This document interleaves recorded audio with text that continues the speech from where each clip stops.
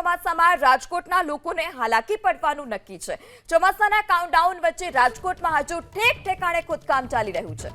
આ ચોમાસામાં આરએમસીના પાપે રાજકોટના લોકોના હાડકા તૂટવાનું નક્કી છે। વોર્ડ નંબર 7 માં આખો રોડ બંને સાઈડ ખોદી નાખવામાં આવ્યો। રાજકોટ મનપાના પાપે આ વખતે નાગરિકોને હાલાકી પડવાનું નક્કી છે। ક્યારે સુધરશે રાજકોટ મહાનગરપાલિકાનું પ્રશાસન, તે સૌથી મોટો સવાલ છે। પ્રી મોન્સૂનની વાર્તાઓ બંધ કરો અને નક્કર કામગીરી કરો।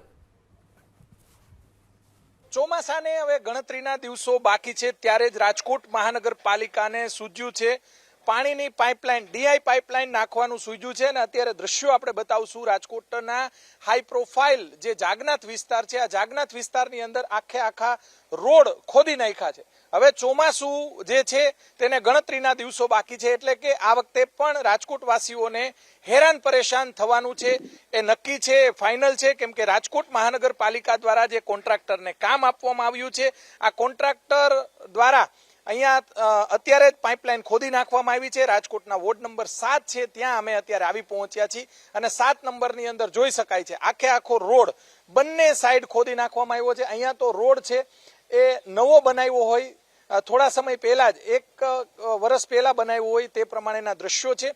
જે રહેણાંક વિસ્તાર આવેલો છે ને આ રહેણાંક વિસ્તારના લોકો પરેશાન થતા હોય છે। વેપારી સાથે આપણે વાત કરીશું। એક જોતા જો કે રાજકોટ ડેવલપિંગમાં આવે સારું કહેવાય, પણ આ છે ને કંઈક મેનેજમેન્ટ હોય। અત્યારે હવે જો વરસાદના ટાઈમે હવે અહીં તો ઠીક બધા સારી વ્યક્તિઓ રહે છે એટલે એની આગળ વ્યવસ્થા, હવે જો પછાત વિસ્તાર હોય ને આવું થયું હોય તો એને કેમ બહાર નીકળો? આ બધું એવું મેનેજમેન્ટ નહીં, આ બધી ઓલી છે। બરોબર, થોડુંક વહેલું કામગીરી શરૂ કરી હોત તો? હા, તો બસ ઈ જ વાત કરવા માંગુ છું, જો વહેલી કામગીરી શરૂ કરી હોત તો પૂરી થઈ ગઈ હોત। પણ જો વરસાદ આવે તો શું સ્થિતિ ઊભી થાય? વરસાદ આવે તો સ્થિતિ ઊભી થાય કે માણસોની હાલાકી વધે, બરાબર।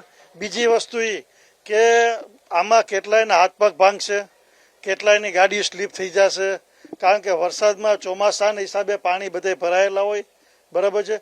પાણી ભરાયેલા આ લોકોએ ખોદીને એવું કરેલું છે કે માણસોના વાહન ચાલી ન શકે અને જો વાહનો ચલાવે તો વાહનો સ્લીપ થઈ જવાની બીક લાગે અને એ સ્લીપ થાય તો કેટલાયનામાં હાથ પગ ભાંગવાની ફરિયાદો આવશે કે જેથી કરીને આ લોકોએ કામ થોડું વહેલું કર્યું હોત તો સારું હતું એમ। પણ માથે ચોમાસું આવે છે ને આવું કરે તો એ પબ્લિકને હાલાકી થોડીક વધારે થાય।